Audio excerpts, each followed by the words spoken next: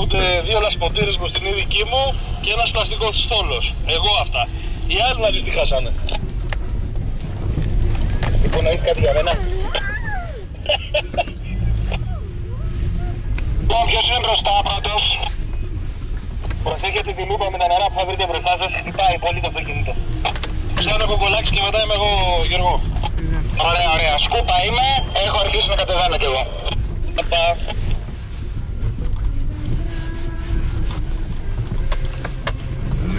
Θα μπορούσα να κάνω μπάνιο στη λάσπη, το έχω κάνει. Άσε ένα περιθώριο γιατί λένε ότι χτυπάει, οπότε... Καλά, θέλει απλώς η λούμπα να βγει λίγο πιο γλυκά. Ναι, όχι, να έχουμε απόσταση από τον άλλο, με αυτό με νοιάζει. Καλά, δεν είναι θέμα απόσταση.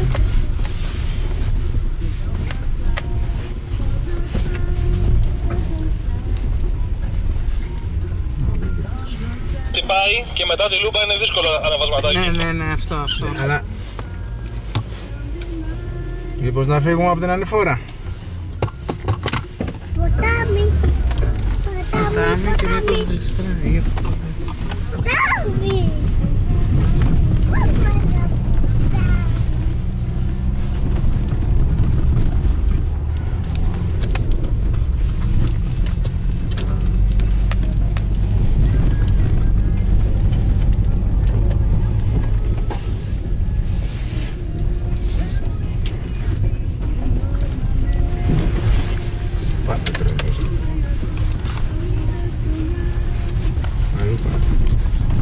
Εδώ είναι το πλάτωμα.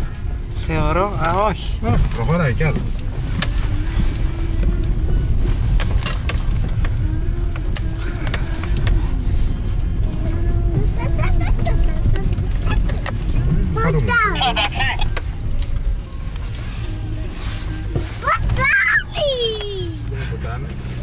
Αυτό δεν ήταν ποτάμι.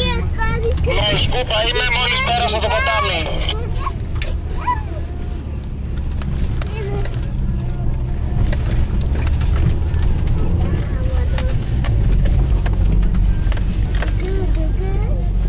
Γκαγκάν.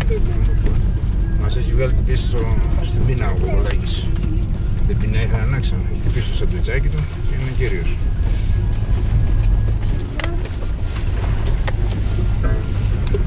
Μένω στον λίγος είναι.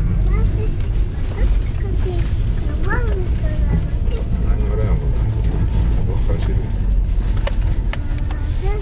Είναι πολλά μέσα.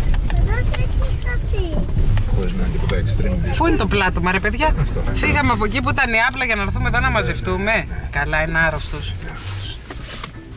Πήγαινε δίπλα. Εδώ.